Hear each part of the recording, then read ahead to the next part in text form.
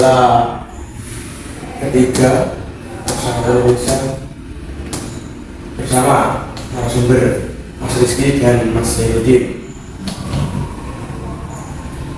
Apa itu sila ketiga? Untuk Mas Rizky. Oke, baik. Salah jawab ini. Jadi sila ketiga itu Pancasila yang berbunyi persatuan Indonesia, yang intinya seluruh rakyat Indonesia harus bersatu sebagai satu bangsa. Walaupun kita memiliki perbedaan suku, agama, ras, budaya, dan pendapat. Jadi yang terpenting persatuan bukan berarti semua orang bersama, tetapi tetap rukun dan saling menghargai di tengah perbedaan. Dan kenapa persatuan itu penting? Ya karena Indonesia adalah negara yang sangat penting. Kalau tidak ada persatuan, perbedaan teori bisa jadi konflik besar, masalah terpecah, mudah terpecah dan jadi domba, dan negara jadi lemah. Karena itu sila ketiga hadir sebagai perekat bangsa Indonesia. Baik, terima kasih Mas Rizky. Pertanyaan selanjutnya, makna utama sila ketiga. Terus contohnya untuk Mas Zainuddin. Menurut saya makna sila ketiga yaitu mengutamakan kepentingan bangsa, toleransi, dan gotong royong. Contoh di sekolah, masyarakat mengutamakan kepentingan bangsa dan negara. Kita tidak boleh egois atau hanya mementingkan diri sendiri atau kelompok sendiri.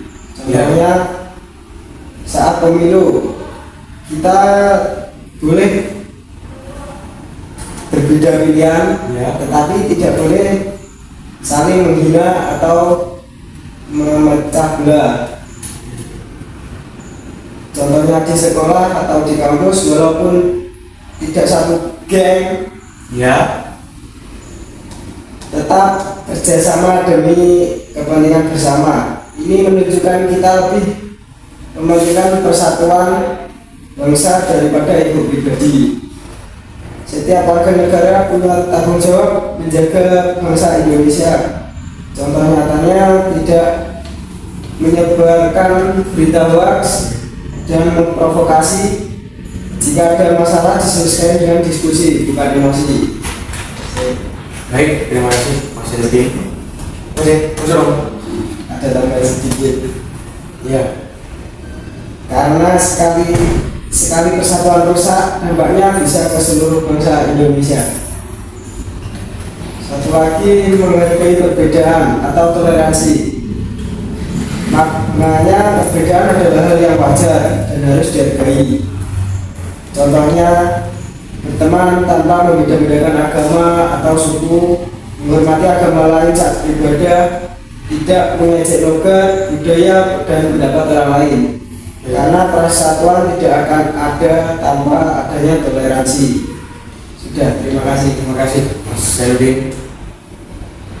Pertanyaan selanjutnya,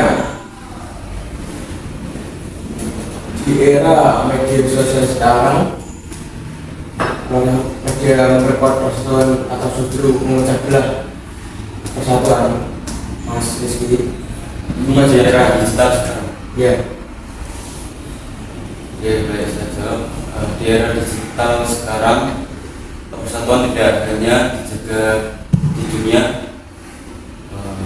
nyata, tapi juga di media sosial. Banyak konflik bermula dari komentar kasar, hoax, perang, pendapat yang berlebihan, dan sebagai netizen kita harus pikirkan dulu sebelum Anda mengunggah. Jadi sesuatu karena kata-kata Anda dapat mempersatukan dan memecah belah, dan itu biar tidak menyebar kebencian di mana-mana. Dan menurut Anda, apakah gotong royong itu termasuk perasaan Indonesia, Mas? Jadi ya gotong royong itu persatuan tumbuh dari kebiasaan yang saling bantu. Contoh kerja bakti di lingkungan rumah, membantu korban bencana tanpa melihat latar belakang. Dengan gotong royong, masalah berat jadi lebih ringan. Dan sebagai bangsa Indonesia, kita punya nasib dan tujuan yang sama. Contoh nyata, saat ada bencana kemarin di Aceh itu, seluruh masyarakat ikut peduli dan tidak merasa paling hebat atau paling benar sendiri. Karena kita kuat itu karena kita bersama. Itu doang. Baik, terima kasih atas podcast hari ini. Saya tutup.